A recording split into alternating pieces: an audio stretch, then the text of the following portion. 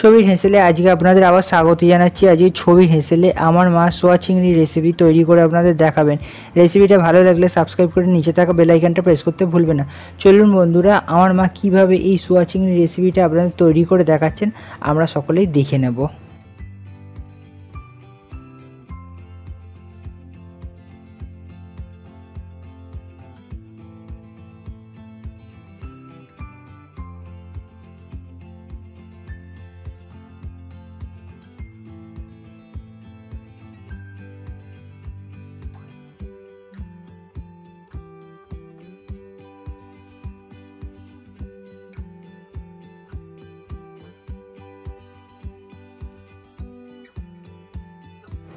আজকে আমি সোয়া চিংড়ি রেসিপি রান্না করে দেখাচ্ছি।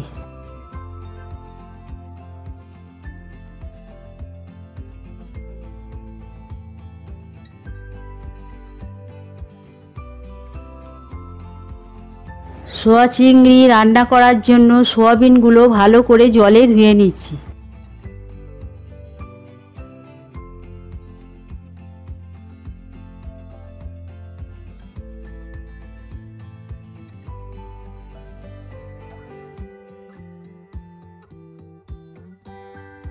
সোয়াবিনগুলো সেদ্ধ করার জন্য জলেতে নুন ও হলুদ দিয়ে দিচ্ছি।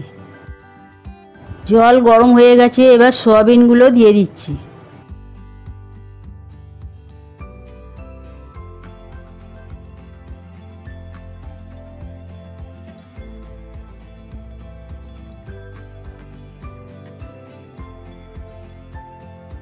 সোয়াবিনগুলো সেদ্ধ হয়ে গেছে, তুলে জল নিংড়ে একটা জায়গার মধ্যে রেখে দিচ্ছি।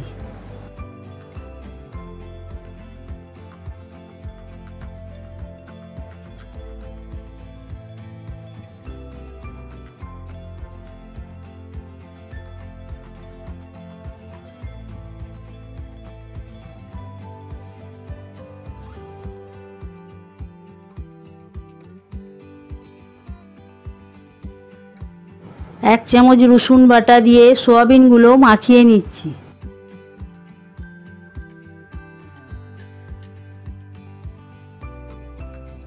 চিংড়ি মাছগুলো শুকনো খোলায় আমি ভাপিয়ে নিচ্ছি। এবার সামান্য জল দিয়ে আরও একবার ভাপিয়ে নিচ্ছি।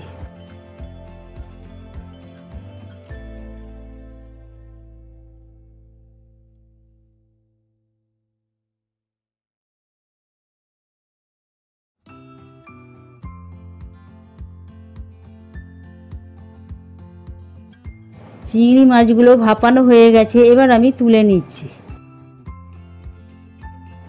এবার ভাপানো চিংড়ি মাছে নুন দিয়ে দিচ্ছি, হলুদ গুঁড়ো দিয়ে দিচ্ছি, সামান্য লঙ্কা গুঁড়ো দিয়ে দিচ্ছি, এক চামচ রসুন বাটা দিয়ে দিচ্ছি, এক চামচ আদা বাটা দিয়ে মাখিয়ে নিচ্ছি।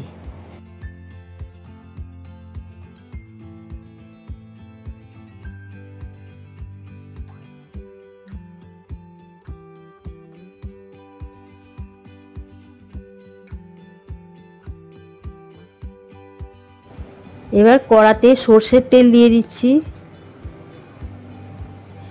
তেল গরম হয়ে গেছে, এবার সয়াবিনগুলো দিয়ে দিচ্ছি।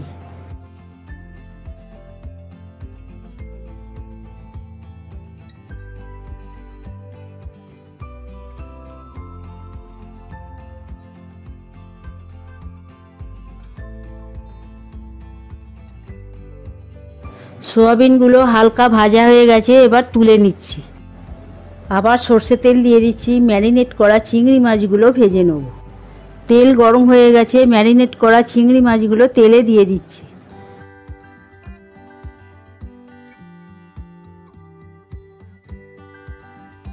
চিংড়ি মাছগুলো উল্টে পাল্টে ভেজে নিয়েছি, এবার আমি তুলে নিচ্ছি।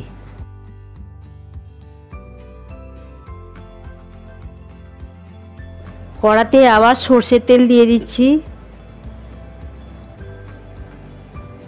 এক চামচ গোটা জিরে দিয়ে দিচ্ছি, একটা শুকনো লঙ্কা দিয়ে দিচ্ছি, একটা তেজপাতা ভেঙে দিয়ে দিচ্ছি, দুটো দারচিনির টুকরো দিয়ে দিচ্ছি, তিনটে ছোটো এলাচ দিয়ে ভেজে নিচ্ছি।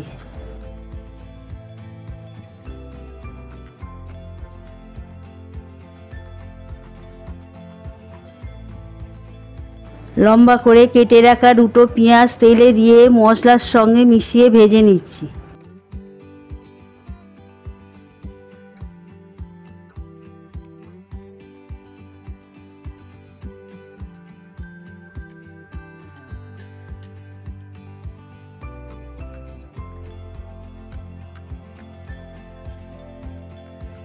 এক চামচ হলুদ গুঁড়ো দিয়ে মিশিয়ে নিচ্ছি।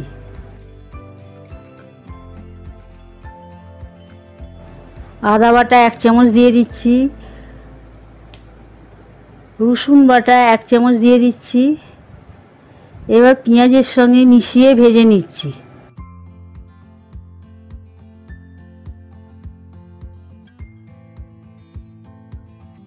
জিরে গুঁড়ো 1 চামচ দিয়ে দিচ্ছি। শুকনো লঙ্কার গুঁড়ো 1 চামচ দিয়ে দিচ্ছি। কাশ্মীরি লঙ্কার গুঁড়ো 1 চামচ দিয়ে দিচ্ছি। স্বাদ মতো চিনি দিয়ে মিশিয়ে নিচ্ছি।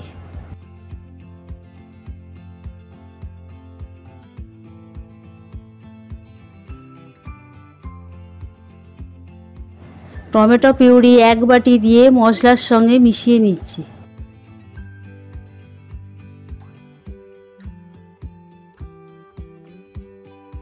স্বাদ মতো নুন দিয়ে মিশিয়ে নিচ্ছি।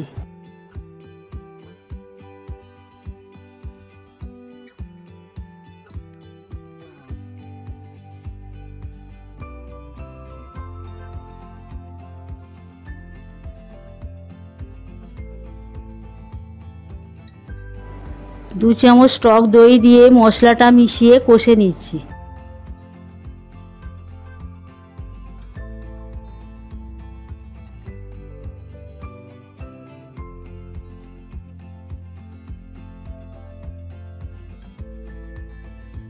এবার 1 কাপ জল দিয়ে মশলাটা মিশিয়ে নিচ্ছি। ভেজে রাখা চিংড়ি মাছগুলো মশলায় দিয়ে আরও একবার মিশিয়ে নিচ্ছি।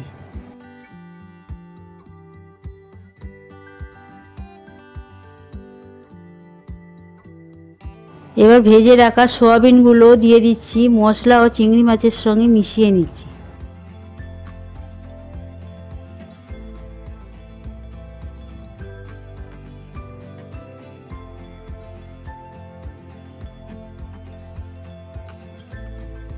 পাঁচ থেকে 10 মিনিটের জন্য চাপা দিয়ে দিচ্ছি। এবার চাপা তুলে নিচ্ছি।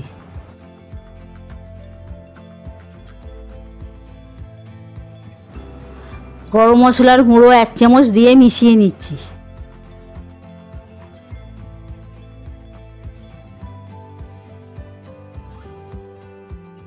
সামান্য ধনেপাতা কুচি দিয়ে দিচ্ছি। এবার চিংড়ি মাছ ও সয়াবিনগুলো মিশিয়ে নিচ্ছি।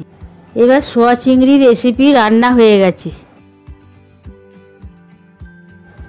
আমার মায়ের তৈরি করা এই সোয়া চিংড়ি রেসিপিটা যদি আপনাদের ভালো লেগে থাকে তাহলে সাবস্ক্রাইব করে নিচে থাকা বেল আইকনটা প্রেস করতে ভুলবেন না। বন্ধুদের সঙ্গে শেয়ার করবেন, লাইক করবেন, আর অতি অবশ্যই নেক্সট আরেকটা রেসিপি যেটা নিয়ে আসছি সেটা আপনারা দেখতে ভুলবেন না।